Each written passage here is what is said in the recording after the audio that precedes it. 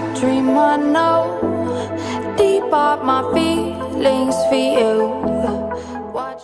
Hello reality viewers, welcome back again to reality latest gist. For this channel, now reality news now we dey drop for here, and we dey talk am as e be. And now every day we dey drop videos. We dey also dey react to every videos wey come our way. If today na the first time we say you dey come across our channel, you are highly welcome. Thank you very much for stopping by. And if you are returning subscribers, God bless you for always coming back to watch our videos. My dear viewers, make we watch this video to the end. Drop your opinion for the comment section. Like our videos and also share our videos if possible. Bye for now. He doesn't talk much about himself. He's quite busy, like a busy person. I would say that at some point in time, he got to know that he likes to carry girls, and he smokes, he drinks, and takes drugs also. So I don't know deep about him. His character, he gets angry easily. He has issue with his wife, but his children is what is targeted as family man. He wasn't into happy married life or something. It was just more of catering for his kids. I can't remember some of his friends that I met, but remember their faces kind of really, or their names, but I've met two people that I said friends something. I don't have 10 million in my bank account, so I have 400 or 500 accounts. Michael gave me his laptop. He had 2 laptops, so I told him that I wanted laptops, so he gave me one, and that was what I sold to get the money. So it's a Mac Pro. I wasn't doing ushering when I was with him anymore. I was getting more from him than doing the ushering, so there was no need on ushering. Ushering can be 15k, 20k. It gives me more than the ushering. The apartment where it was said it was leaking, so then they said I should book. They said it was free and I too was free, so let's fancy. It was Sunday on the 13th June. I decided to check online about the shortlets because it said that I didn't want hotel. There will not be Netflix, or it will not be fun being in the house or something. So that was when I decided to check for a shortlet. So I sent it to him and he said it was okay. Then he said I should go check the place out. So I checked it and it was okay. Then he made payments. He sent 105. That was for 4 days. After I paid the money, so after 1 hour, he came. When he came, then we went to get food. We went out to eat and also get drinks. And we're just indoor, watching movie, drinking, smoking. He woke up before me, but I was still feeling sleepy and dizzy because of the smoke, drink, and the drug. So he asked what I need, what we need. So I was we need to buy food and drug because the drug that we brought already finished. He sent the money to their account. Why the other one, he gave me the card because I was trying to make payments and it didn't go through. So he gave me the card. I didn't have access to his card, but I know the PIN code. Before I was leaving, he stood up to lock the door. But when I got in, I was knocking. As there was no answer, I opened the door, was already open, it wasn't locked. And the duvet was on the floor, plus pillows. The bed, the couch was facing the door, and the bed was stained with blood already. And the floor where he was blood, and then music was on, the TV was on. The room was already disarranged, like someone broke in. Then I saw him on the floor. I didn't know what to do. I took my things with his thing and left. I was afraid. I didn't know if I have raised alarm, they would have arrested me for doing it, because I and him were just the only people in the room. I just left. I was packing my things to leave. Then I noticed that my clothes was stained, so I changed it to another. I took the bag that contained his ID and documents, bank statements. My bag was already on the floor. I left my bag on the floor. And then the stuff it was with was on the TV set. That's where the stuff I took was on the TV set. So I just packed them and just put them into the nylon and left. I took his phone. The following week, I was home. Then I went out to withdraw some money from the ATM that I was with. I withdrew 200. Before that day, on Tuesday, he already told me that he's going to give me the money that I requested for.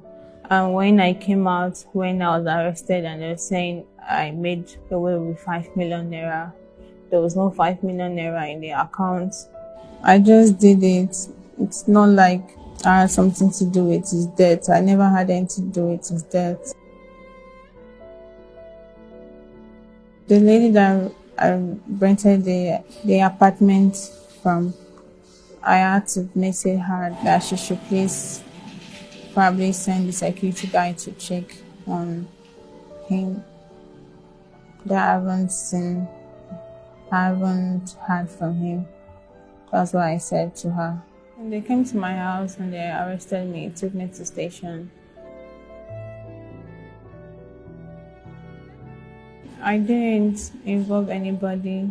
I don't know who must have come into the apartment. Definitely somebody did that, but I don't know who that person is. I don't know what happened when I left to buy the food. I don't know.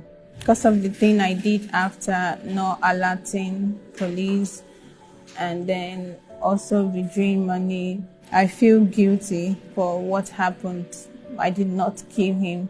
Knowing for whether I did not kill him, but my doings, taking his money and not reporting the police, I believe that somebody knew where we were and then waited till I left before they could enter. The pressure and people, when I was confronting the security guy, and it was like, no, nobody entered into the apartment, that it was just me that entered into the apartment.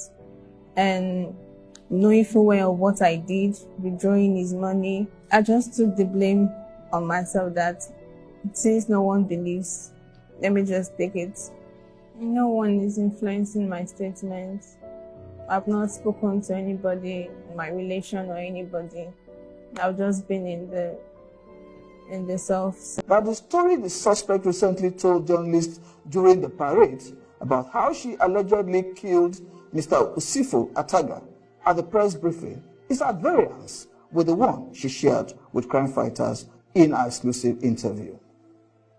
Because of the contradicting statements made by the suspect, Chidinma Adora Ojukwu, crime fighters decided to speak further on this matter with the Commissioner of Police to clarify some areas of doubt as it concerns police investigation. This is what CP Akim Odumosun had to say. That is the trait of an average criminal. She was there, we recorded all her.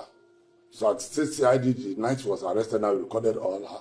So even the lady that rented the place to her, now we recorded everything now. So we have that thing. Because if she's now saw, I think something as an afterthought, then if it's going to prove out. But anybody thinking that police, so maybe trying to give her a split or something, That person is saying it out of mischief. And it's highly discouraging. For us to have risked our life, to have carried out our professional callings now and getting out, instead of the action, what I've done now, being appreciated and being encouraged to get further. So maybe it's just a way of distracting police that when it's okay, when we castigate police, so then police will be discouraged. We'll not be able to go on long. No, we'll never be. So we are not leaving any stone unturned. We are not leaving any lead unfollowed. Any lead that we get. Crime fighters also sought to speak with the adopted father of the suspect. He was reluctant to make statements on camera.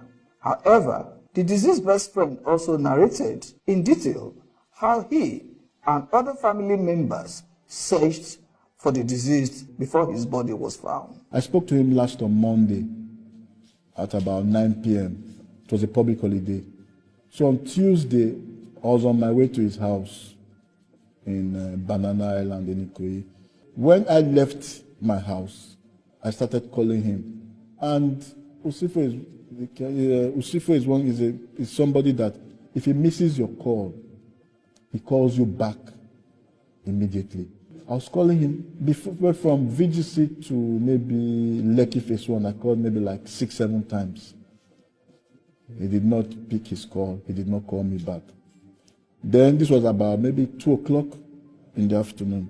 Then at about between Lekki Phase 1 to Banana Gate, I called maybe like another 15 times because I would need a code to get into the estate.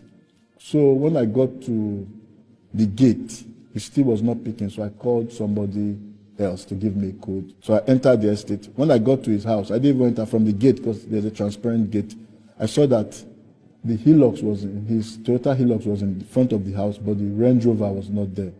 So I called his PA, where is Usifo? He said that he came to Banana that morning. The cook told him Usifo went out, left the house on Sunday, and was not back at that Tuesday morning. So I said, okay, have you asked Rahman, one of his business partner, and have you asked Rahman? He said Rahman said the same thing, that he has been calling him. He has not picked up his phone till that time, but he sent a message. So I was like, okay. So I said, okay, maybe when he's ready, he will call me back. I now got to VGC. I now met Gambo and the partner, Rahman. I said, show me the messages. So they showed me. And I said, because one, he's not a message person. He's a talking person. The English they use here, Usifo won't use this kind of English to reply, something is wrong, I don't think this is Usifo. So we now decided that, okay, in the morning, the next day we'll try and do a search. Usifo is the third son in a family of 4. He has 2 elder brothers and a younger sister, and his siblings, they all live abroad. And Usifo grew up as a child who was raised by very good parents in a Christianly manner, and he is a guy who's always had business in his DNA. He's always liked to do business. But what I'll tell you about Usifo is that Usifo is very respectable. Usifo will never hurt a fly. Usifo loves people. Usifo goes beyond the immediate family to know his cousins, to know his uncles. I've had the very regrettable privilege of seeing that dead body 5 times. My cousin's hands were tied so badly that the rope entered his skin. The rope is right there as an exhibit with the police. That binding could not have been done by that lady alone. Not possible. Even if he was drugged, it is not possible, because I saw the lady and I saw my cousin. I said, this is not possible. Apart from the fact that he was tied, there were multiple stabs on his body. That is correct. Multiple. So that story of 2 stabs and neck is not true. He was stabbed in other places. His leg. In fact, in Yaba mortuary, the attendants were so dramatic that they told us clearly, the stabbing here was so bad that it's a hole. The guy stuck his 2 fingers into my cousin's body in my presence. I am serious. the Doppler vein. He was stabbed here deliberately. So whether he was just stabbed on the neck, no, he was stabbed on the Doppler vein twice. He was stabbed on his body multiply.